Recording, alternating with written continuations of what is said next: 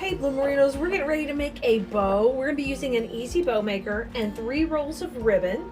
This bow is going to be very whimsical, but we do want it to have nice long flowing tails. These type of bows are great for all kind of different applications during Christmas. We could put this type of bow on any type of embellishment, of course, like packages, things like that. We could add them to a garland on our mantle.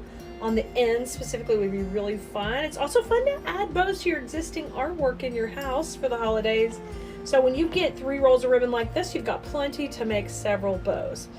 All right, what I'm going to do is take and start with my solid red in the back. So we're going to load that on the bow maker, and I'm going to put these 2 off to the side. The solid red is going to start off being a lot of our base foundation, and I also want to have a couple of tails. I do want long tails for this bow, so it's very showy. When you come to the center, you're going to move a right hand forward, left hand back, so you give it a nice twist to get it going. Then I'm coming in with my loops, and I am going to be out at 6 inches on this bow, and then you're going to do the same procedure when you hit to the middle. Left hand's going to go forward, and right hand's going to go back. Same thing, it goes opposite depending the side you're on. And we're going to start to set our foundation with this nice solid color by using them on both sides. When you get done making your loops and you've got enough, you're going to take and bring your tails up here, and we're going to cut them at opposite ends. So I like to cut that one coming forward and that one coming in. So you get the V look from a far away direction, like when you're looking at it. All right, loops on both sides. Now let's put our next one in, and I'm going to pick our most bold pattern, which I love this one because it's got all these great trees on it. Triangles, you know, if you're in design school, you know I'm in love with triangles at all times. I'm a weird math nerd, and that helps bring beautiful design also. Now I'm going to dovetail this ribbon to start it off, and all that means is I'm just going to let it have a little V end tail in it. And once I've done that, I'm going to bring it in, and I want this to have a long tail too, just a little bit shorter than the last one. So if we were at 20, we're at about 18 inches. Now I rotate my hands, right hand goes forward, left hand goes back, and I'm going to come in at 5.5 inches right here, same twist, and we're going to do it on the other side. Okay, and just scrunch that down, and this dude is starting off so pretty, so pretty. And I'm going to bring the other tail up, and we're going to just mirror the cut. So I'll bring it in and cut it straight, then I'll dovetail it, boom, just like that. Okay, so those tails are really pretty. Now come back with the stripe, and we're going to use that on the next layer. And I'm just going to dovetail this one. Also, you can also angle cut it, whatever you prefer. And I will bring this one right down the center, and I want it to be a little bit shorter. So we were at 20, 18, and this tail will be at 16.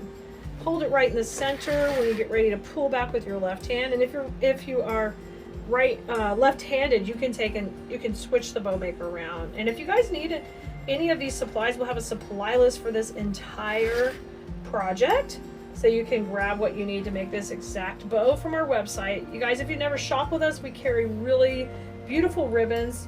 We carry high quality, and we got different price points. So we've got really fancy ribbons, and then we've got more affordable ribbons, but I still really believe in having nice quality wired ribbon, because it really makes a difference when you're going to make your pieces, you know, stand out from everyone else's. Okay, so far we have a 2-1-2 recipe, and we only call the loops from one side of the bow just for clarity. So I'm going to finish this off with just a pop of the red in the center, and we're going to do what we call a bow tie. Bow ties are super cute because they just add a little pop, and you don't really need a any kind of special cut on the tail because you're going to make a loop, okay? And the loop is going to come to the center, and we just want them to kind of overlap in the back. So once you kind of get an overlapping point, we're going to do this. Grab them here, bring this to the middle, make sure it's pretty centered, and then I'm going to scrunch it on down, place it right in, and that is what we call a bow tie. And it finishes off our bow so super cute. Now, grab your cable ties, and we're going to run right beside our dowels and bring this up, and we're going to have a great bow here. That's just screaming, let's do Christmas. Isn't it fun with all the fun colors? Now I moved my bow maker out of the way and I am going to start to fluff this up. This is something you have to take time and do properly. So I start with the middle and then I separate the two stripes. And I want to put our fun Christmas pattern right between those and then separate the solid red. You can see I just build out my bow from the back forward. And take your time. There's no rush here. Enjoy the process.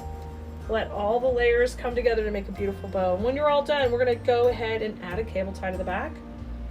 I like to put these long 11 inchers in the back because then it's really easy to attach it to my finished project. Get that really tight. And we're just going to trim that off with some wire cutters here. Boom. And then I'm going to rotate this around. And it's a no-brainer for me to bring this really pretty, bright, bold pattern into the center of the bow. And that'll bring our eye into the middle and we'll be like, yeah, party in the middle.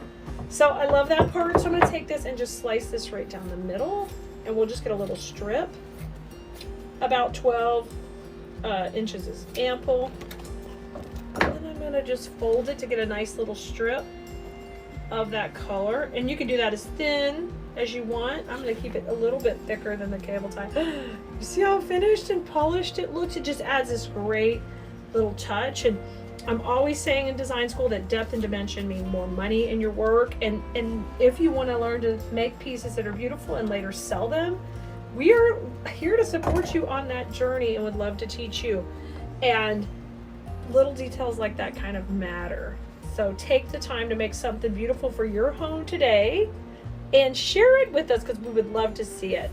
Come follow us here and like, subscribe, and make sure you head over to Keleas.com and check out our video library.